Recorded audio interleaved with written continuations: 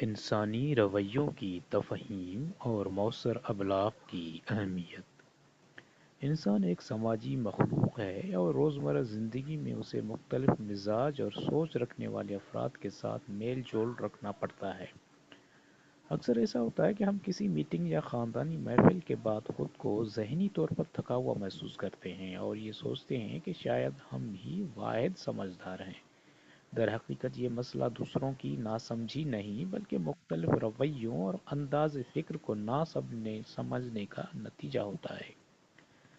ہر انسان ایک الگ رویے کی زبان بولتا ہے۔ لوگ ہمیں تنگ کرنے کے لیے ایسا نہیں کرتے بلکہ ان کا انداز سوچ ہم سے مختلف ہوتا ہے۔ اس لیے ضروری ہے کہ ہم ان مختلف رویوں کو سمجھیں اور ان کے مطابق اپنا انداز اپنائیں۔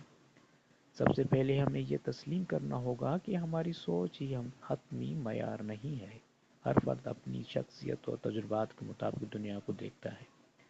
کچھ لوگ سرخ مزاج رکھتے ہیں جو تیز فیصلہ کن اور کامیابی کے متلاشی ہوتے ہیں۔ ان کی سختی دراصل ان کے مضبوط ارادے کی علامت ہوتی ہے۔ اس کے برعکس زرد مزاج والے افراد خوش مزاج، پرجوش اور تخلیقی ہوتے ہیں۔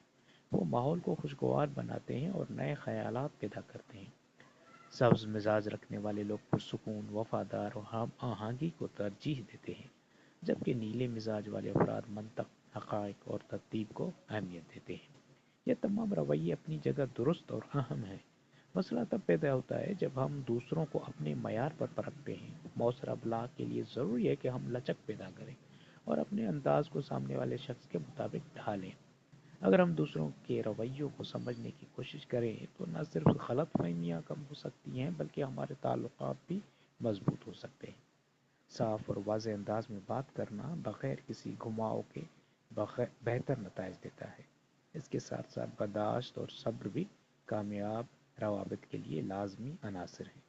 مختصراً یہ کہ انسانی رویوں کو سمجھے بغیر ہم زندگی میں بار بار الجھنوں کا شکار ہوتے رہیں گے۔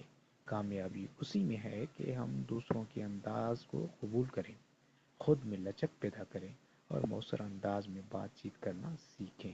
یہی رویہ ہمیں ایک بہتر انسان اور کامیاب معاشرتی فرد بناتا ہے۔